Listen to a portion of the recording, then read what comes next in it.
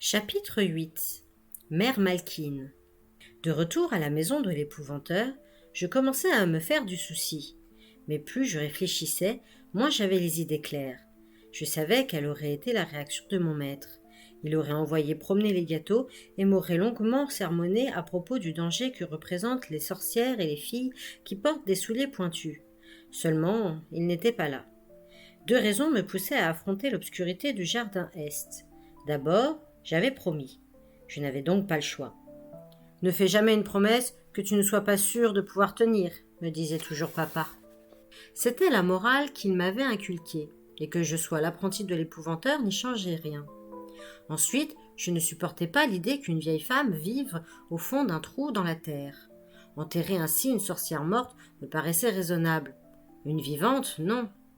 Elle avait dû commettre un bien terrible crime pour mériter un sort pareil. Mais quel mal y avait-il à lui donner 3 malheureux gâteaux, si cela pouvait l'aider à résister au froid et à l'humidité? L'épouvanteur m'avait encouragé à suivre mon cœur, et, après avoir pesé le pour et le contre, je conclus que je prenais la bonne décision. Le seul problème était que je devais porter les gâteaux moi-même, à minuit.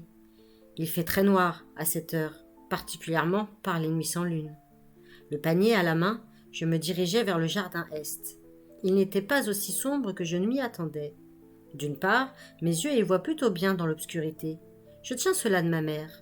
D'autre part, il n'y avait pas un nuage, et la lune éclairait mon chemin. Il faisait froid sous les arbres, et je frissonnais. Lorsque j'arrivai en vue de la première fosse, celle qui était maintenue fermée par 13 barres de fer, le froid se fit plus intense. C'était la tombe d'une sorcière morte, et pas des plus puissantes, d'après l'épouvanteur. Je n'avais aucune raison d'avoir peur. Je tâchais du moins de m'en persuader. À la lumière du jour, je m'étais senti capable de tenir ma promesse. À cette heure, alors qu'approchait minuit, je n'étais plus si sûr de moi. Mon maître m'avait recommandé de ne pas m'aventurer dans ce jardin après le crépuscule. Il avait insisté là-dessus à plusieurs reprises. Je transgressais donc une règle importante. J'entendais des froissements, des craquements. Ce n'était rien, de petites bêtes s'enfuyant à mon passage. Mais ces bruits légers me rappelaient que je n'avais pas le droit d'être là. D'après l'épouvanteur, les 2 autres sorcières étaient à une vingtaine de pas plus loin. J'avançais en comptant soigneusement, ce qui me mena à une deuxième tombe, semblable à la première, celle de la sorcière morte, mais toujours dangereuse, enterrée la tête en bas. La plante de ses pieds devait se trouver juste sous la terre que j'apercevais. Entre les barres de fer, nues, tassées, sans le moindre brin d'herbe. Tandis que je fixais la fosse, il me sembla voir quelque chose remuer. Ce n'était sans doute qu'un effet de mon imagination, ou alors une bestiole souris ou musaraigne. Je m'écartai vivement. Et si c'était un orteil? 3 pas de plus me conduisirent à l'endroit que je cherchais. Cela ne faisait aucun doute. La fosse bordée de pierres était également fermée par 13 barres de fer. 3 choses la différenciaient cependant des autres.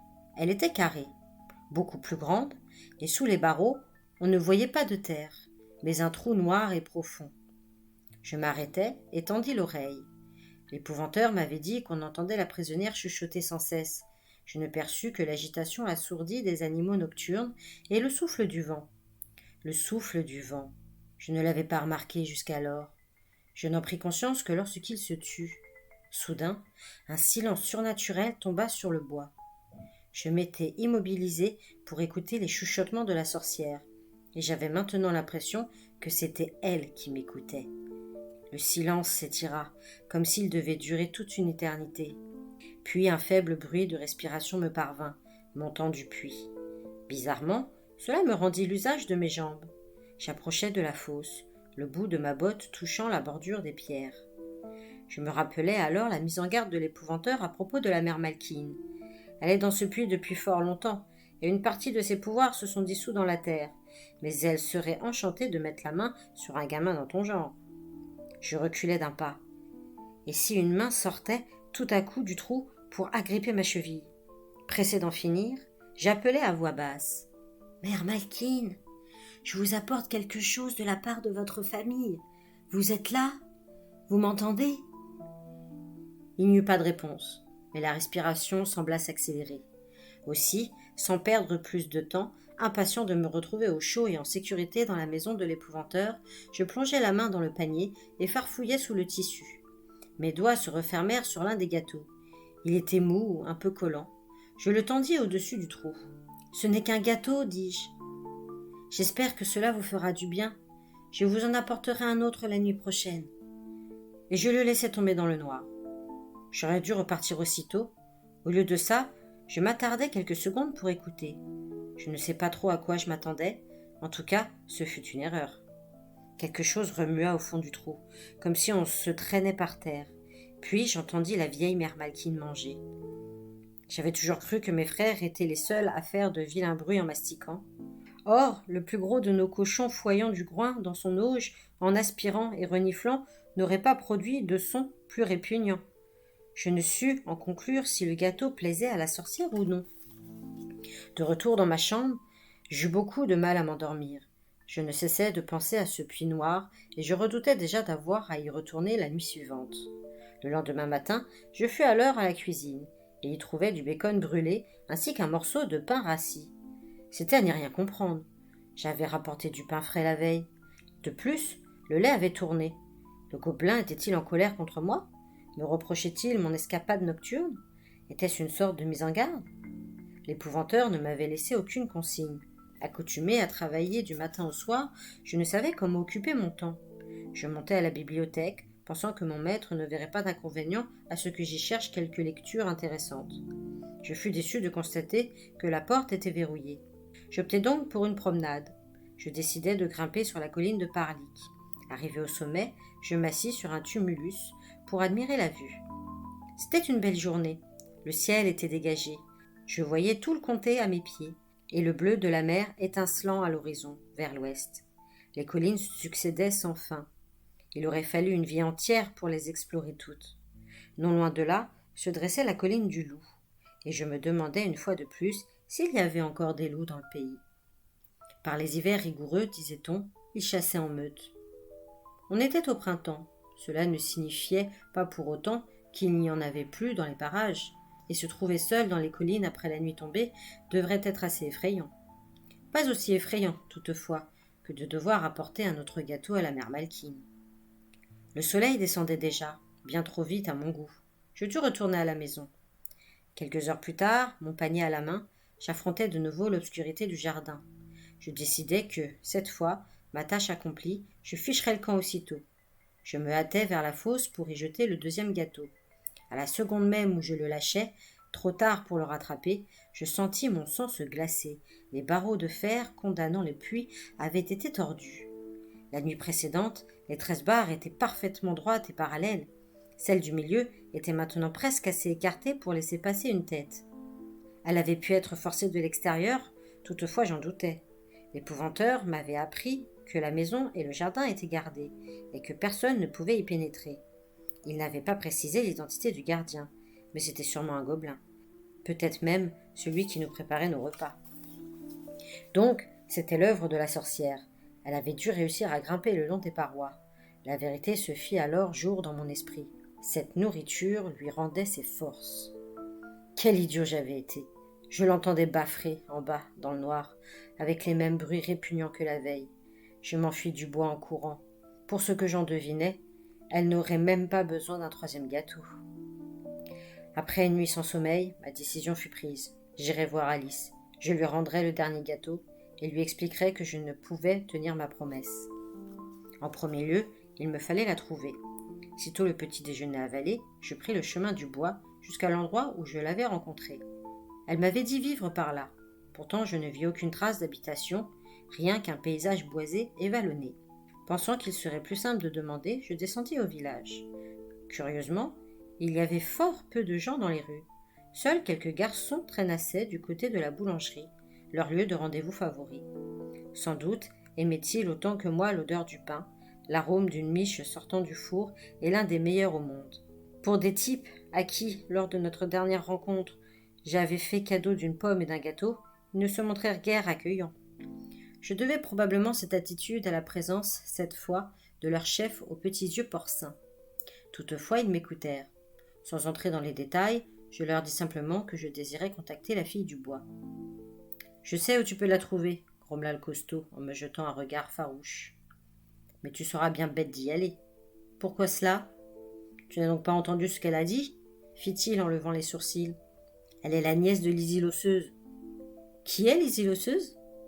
Ils échangèrent des regards consternés, secouant la tête comme si j'avais posé une question débile. Que savaient-ils tous que j'ignorais? Mon interlocuteur reprit. Lizzie et sa grand-mère ont passé un hiver ici, avant que Grégory se charge d'elle. C'était la plus affreuse sorcière qui ait jamais sévi dans le coin.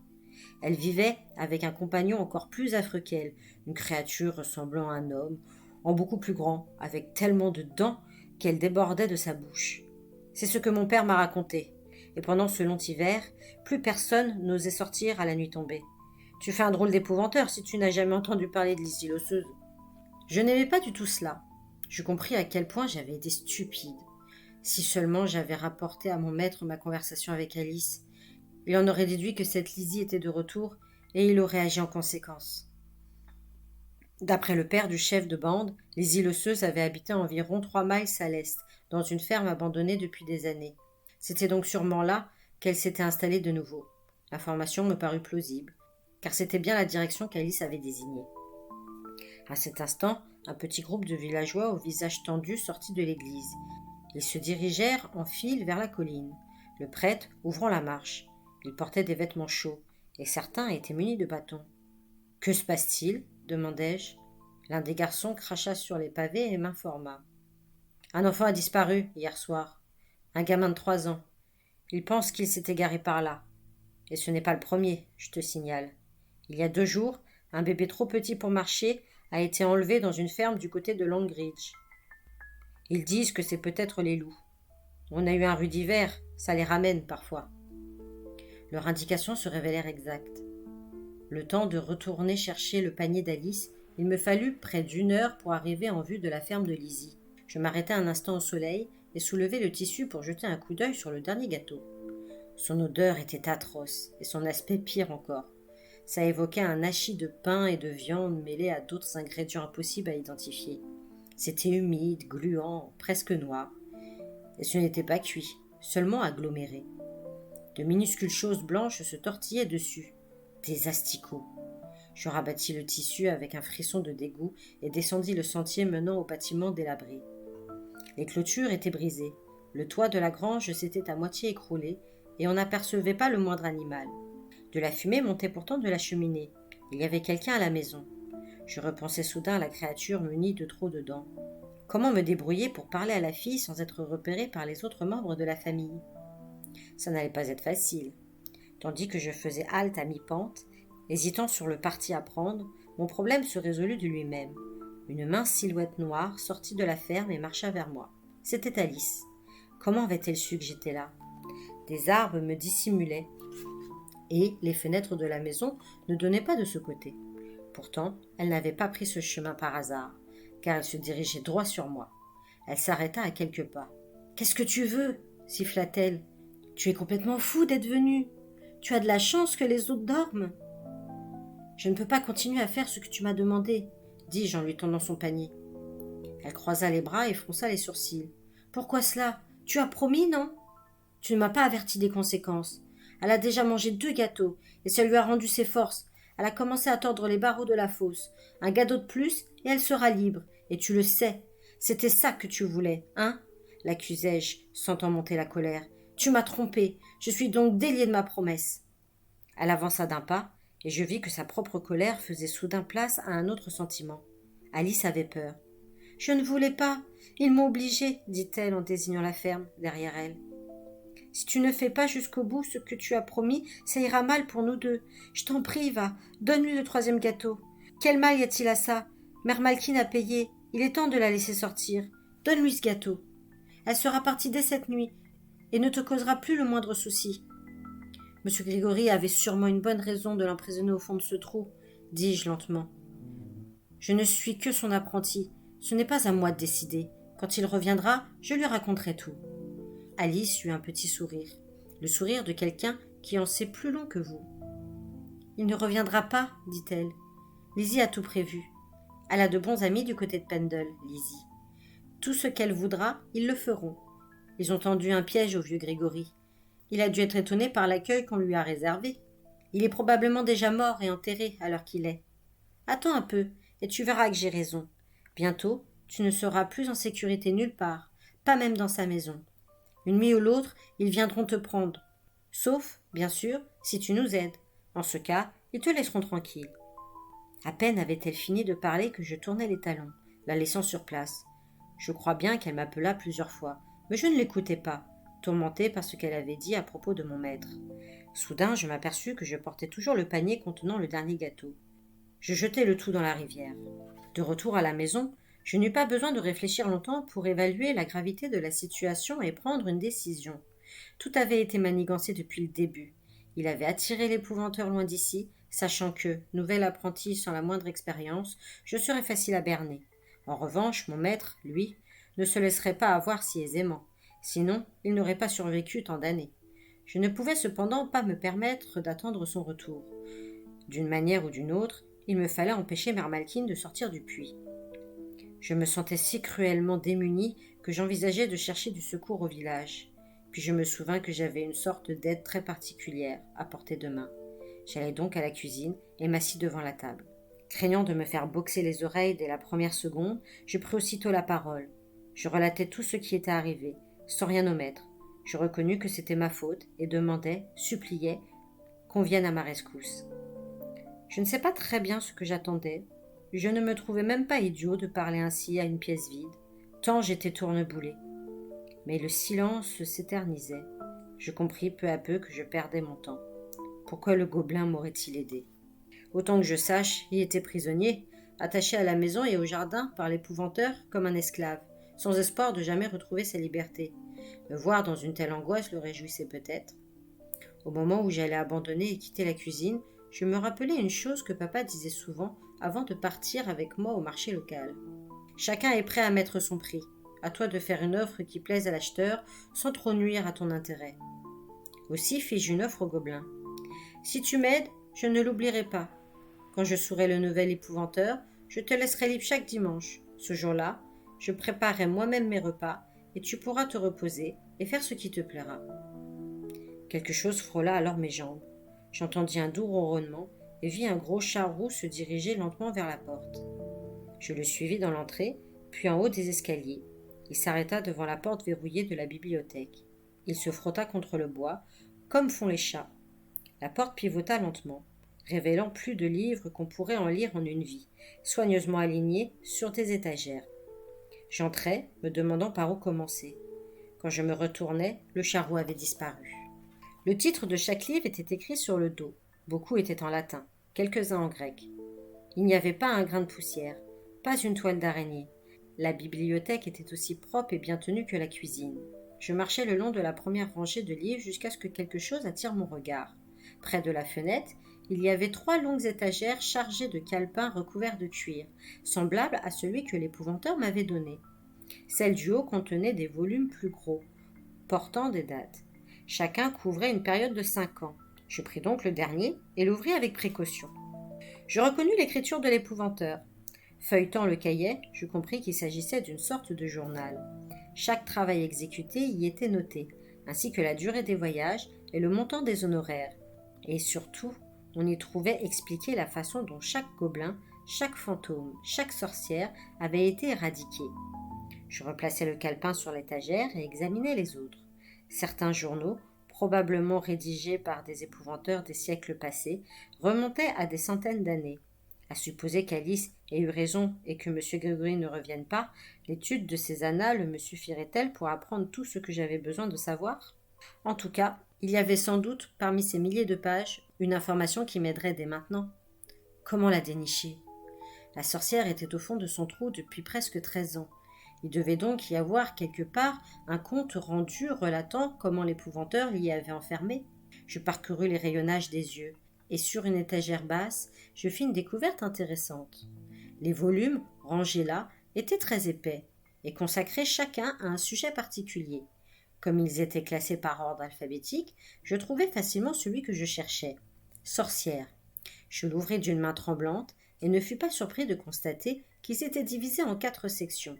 Les pernicieuses, les bénévolentes, les faussement accusées et les inconscientes. Je feuilletais la première partie. Tout était noté de la belle écriture de l'épouvanteur et également organisé par ordre alphabétique. Je tombais très vite sur le chapitre intitulé Mère Malkin. C'était pire que ce que j'avais craint. Dans tous les endroits où Mère Malkin était passée, des choses épouvantables s'étaient produites. La plus horrible était survenue dans l'ouest du comté. À cette époque, la sorcière habitait une ferme et hébergeant des jeunes femmes sur le point d'accoucher, qui n'avaient pas de mari.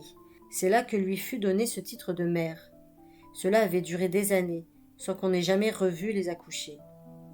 Elle avait un fils qui vivait avec elle, un garçon d'une force incroyable appelé Tusk. Il avait des pieds énormes et les gens avaient si peur de lui que personne n'approchait de leur repère. Finalement, la population locale avait réagi. Une troupe d'hommes décidés et armés avait attaqué la ferme, forçant Mère Malkin à se réfugier à Pendle. Après son départ, on avait découvert la première tombe. Elle était pleine d'ossements et de chair en décomposition.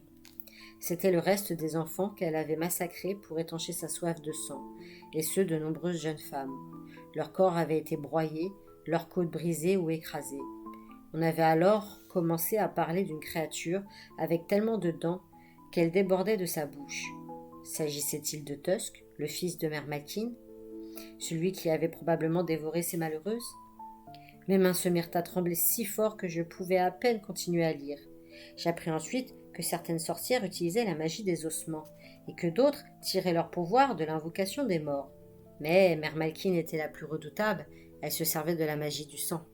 Elle puisait ses forces dans le sang humain et se montrait particulièrement avide de sang des enfants. Je revis les gâteaux noirs et gluants et je frémis. Un bébé de Longridge avait disparu. Avait-il été enlevé par les îles osseuses? Son sang avait-il servi à préparer ces affreuses pâtisseries? Et l'autre enfant, celui que les villageois recherchaient, les îles osseuses l'avaient-elles capturé, lui aussi, en prévision du jour où Mère Malkin s'échapperait de la fosse et aurait besoin de sang frais pour raviver ses pouvoirs? Ce gamin était peut-être enfermé dans la maison de Lizzie à présent. Je me forçais à lire encore et encore. 13 ans plus tôt, au début de l'hiver, Mère Malkin était venue vivre à Chipenden, amenant avec elle sa petite fille, Lizzie l'osseuse. De retour à sa maison d'hiver d'Anglezark, l'épouvanteur s'était aussitôt occupé d'elle. Après avoir chassé Lizzie l'osseuse, il avait entravé Mère Malkin avec une chaîne d'argent et l'avait emprisonnée dans le puits au fond de son jardin. L'épouvanteur semblait débattre avec lui-même dans ce compte-rendu. Il répugnait visiblement à l'enterrer vivante et expliquait pourquoi il devait agir ainsi. Il estimait trop dangereux de la tuer, car, une fois morte, elle serait capable de revenir, plus puissante et plus dangereuse que jamais. Les questions que je me posais étaient donc, et si elle s'échappait? Un seul gâteau lui avait donné la force de tordre les barres. Elle n'avait pas besoin de manger le troisième. 2 lui suffiraient sûrement. À minuit, elle sortirait de la fosse. Que faire? Si une chaîne d'argent servirait à lier une sorcière, je pouvais essayer d'en entrelacer une entre les barreaux pour l'empêcher de s'évader. Seulement, la chaîne de l'épouvanteur était dans le sac, qu'il emportait toujours en voyage. En sortant de la bibliothèque, j'aperçus un papier jaune accroché à côté de la porte, que je n'avais pas remarqué en entrant. Je reconnus l'écriture de mon maître. C'était une longue liste de noms. Le mien, Thomas G. Ward, était tout en bas. Juste au-dessus, je lus celui de William Bradley, barré par une ligne horizontale. À côté étaient tracées les lettres R.E.P. Je me sentis glacé, car je savais ce que cela signifiait. Repose en paix. Billy Bradley était mort. Plus des 2/3 des noms de cette liste étaient ainsi barrés. Parmi eux, ceux de 9 autres anciens apprentis qui n'étaient plus de ce monde. Je supposais que les autres étaient rayés parce qu'ils avaient échoué dans leur formation, n'ayant pas été plus loin que le premier mois d'apprentissage. Les morts m'inquiétaient davantage. Je me demandais quel avait été le sort de Billy Bradley. Et je me souviens qu'Alice avait dit « Tu ne veux pas finir comme le dernier apprenti du vieux Grégory ?» Comment savait-elle ce qui était arrivé à Billy? Mais peut-être tout le monde était au courant dans le pays. Étais-je le seul à l'ignorer? À moins que la famille d'Alice y soit pour quelque chose? J'espérais que non. Toutefois, cette idée me fournit un autre sujet d'inquiétude. Sans perdre plus de temps, je descendis au village. Le boucher semblait avoir d'assez bonnes relations avec l'épouvanteur, qui lui confiait souvent son sac à provisions. Je décidai de lui faire part de mes soupçons et de le persuader de chercher l'enfant disparu dans la maison de Lizzie. L'après-midi était bien avancé quand je m'arrêtai devant la boutique. « Elle était fermée. Je frappai à la porte de 5 maisons avant que l'une d'elles consente à s'ouvrir. On m'apprit que le boucher était parti dans les collines avec les autres hommes. Il ne serait pas de retour avant le lendemain midi. Après avoir fouillé les monts environnants, ils traverseraient la vallée jusqu'à Longreach, où le premier enfant avait disparu. Puis, ils élargiraient leur zone de recherche, et la battue leur prendrait toute la nuit. Il me fallait regarder les choses en face. Je devrais agir seule. Découragée autant qu'effrayée, je remontais le chemin menant à la maison de l'épouvanteur. Je savais que si Mère Malkin sortait de la fosse, l'enfant serait mort avant le matin. Si quelqu'un pouvait encore le sauver, c'était moi.